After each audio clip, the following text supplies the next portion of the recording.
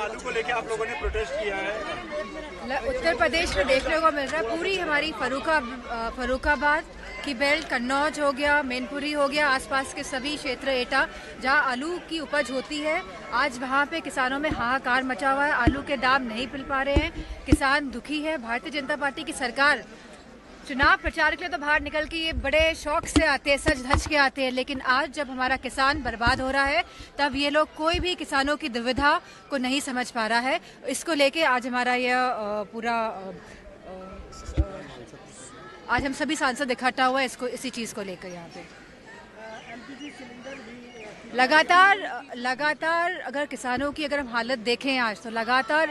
किसानों की आमदनी कम होती जा रही है और कहीं ना कहीं यह सरकार चाह रही है कि लगातार किसानों की आमदनी कम हो, जिससे कि किसान मजबूर हो जाए अपनी खेती को बेचने के लिए, अपने ज़मीनों को बेचने के लिए, और तब बड़े बड़े कॉरपोरेट सेक्टर्स निकल के बाहर आएंगे। हमारे गरीब किसानों की ज़मीन खरीद कर इन्हीं लोगों से बंधवा मजदूरी का काम करवाएंगे हमारे किसानों से। तो हम पूरी तरह अपने किसान भाइयों के साथ खड़े हैं संघर्ष में। भाजपाई कभी कटेगी महंगाई, जब जाएंगे भाजपाई कभी कटेगी महंगाई, जब सस्ता आलू महंगा बालू,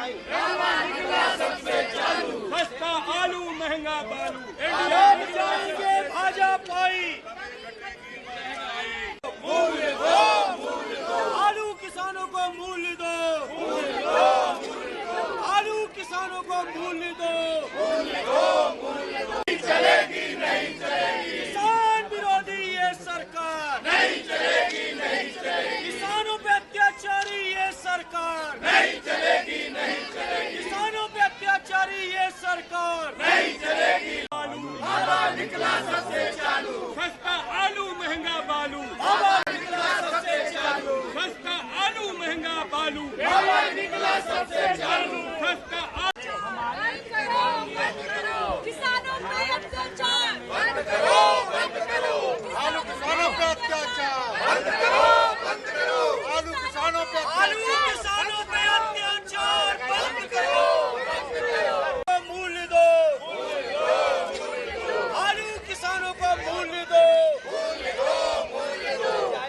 सस्ता आलू महंगा बालू, निकला सबसे